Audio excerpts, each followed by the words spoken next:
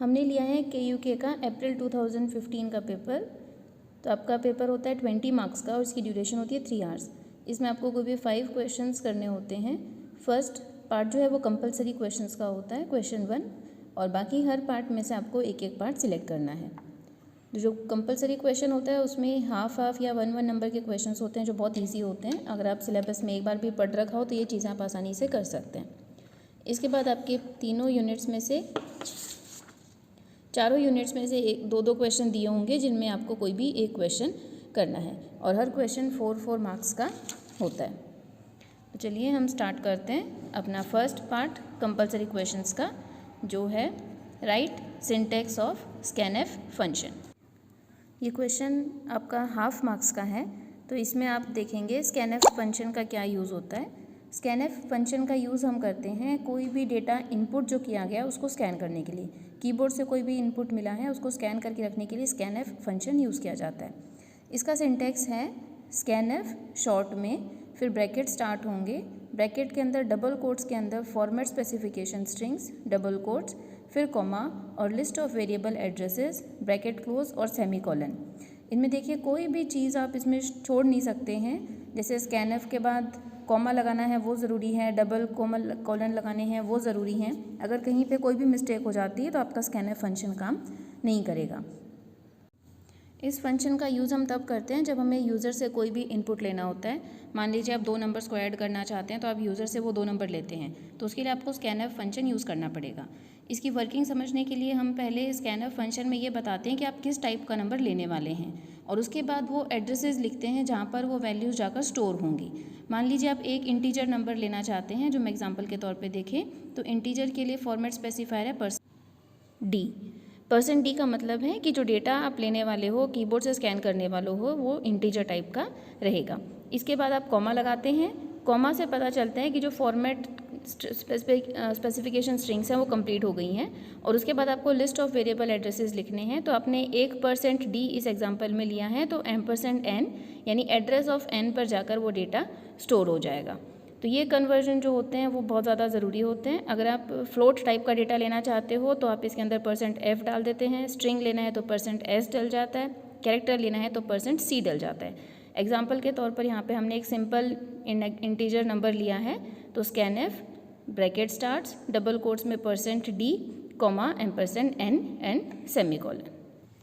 अगर हमें एक से ज़्यादा वैल्यू स्कैन करनी हो तो फॉर्मेट में आपको ध्यान रखना है स्कैनएफ %d, %s, ये सारे नंबर्स आप डालेंगे लेकिन इनके बीच में कॉमा नहीं डालेंगे और डबल कोट्स कंप्लीट होने के बाद कॉमा आएगा और उसके बाद आपके वेरिएबल्स के बीच में कॉमा आता रहेगा।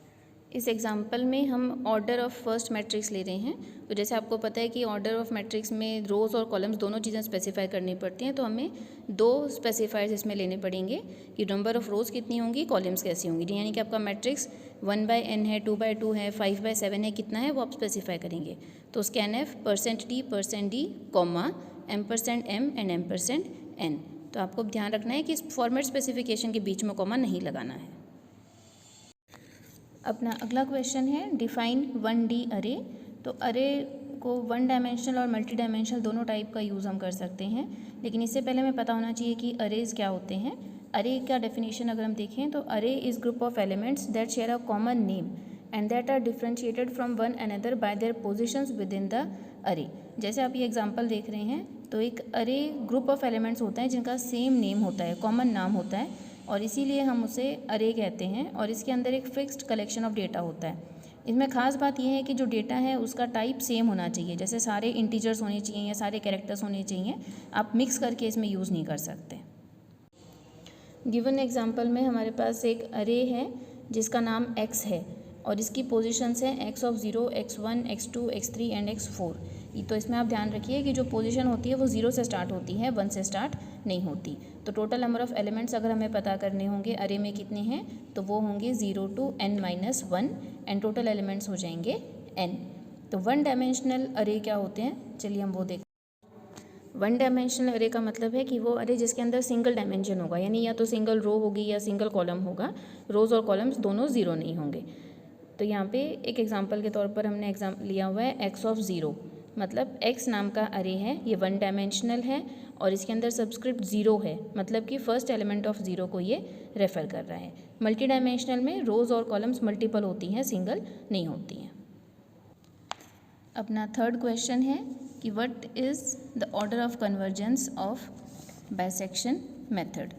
तो यहाँ पे आपके सामने एक टेबल है, जिस टेबल में बाइसेक्शन मेथड, रेगुला, फाल्सी, न्यूटन, राफसन और सीकेंट, ये चारों मेथड्स का कंपैरिजन दिया गया है। तो अगर आप ये टेबल याद कर लेंगे तो आपको वन वर्ड आंसर समझने में बहुत ज़्यादा आसानी होगी इसको आंसर करने में।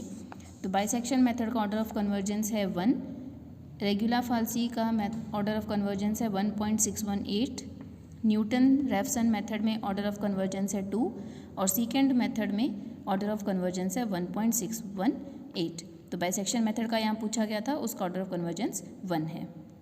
इसी तरीके से आप इस मेथड के साथ उनका इटरेटिव फार्मूला भी याद रख सकते हैं और रिलायबिलिटी भी याद रख सकते हैं।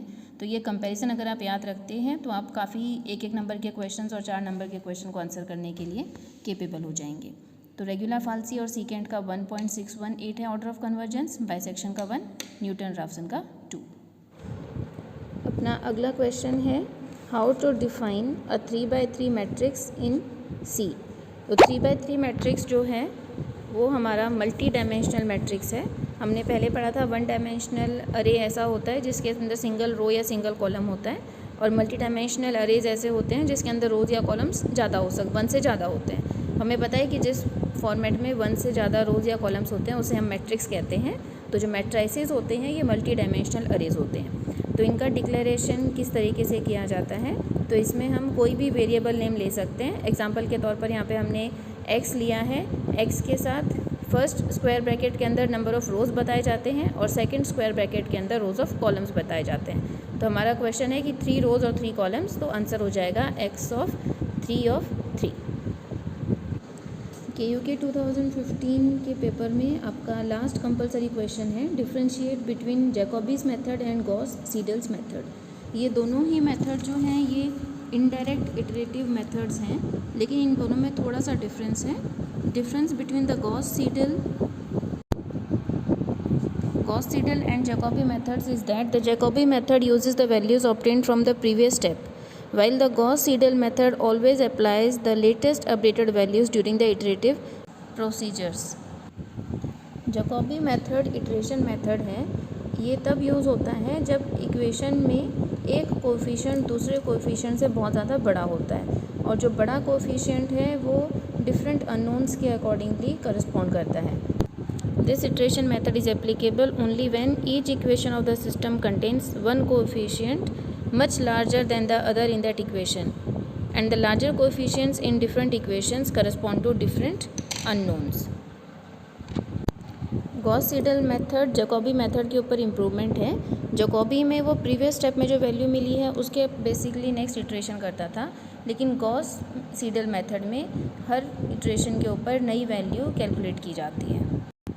तो अगर हम डिफरेंस देखें तो गॉस सीडल मेथड और जैकोबी मेथड में हम 2 डिफरेंस देख सकते हैं इजीली।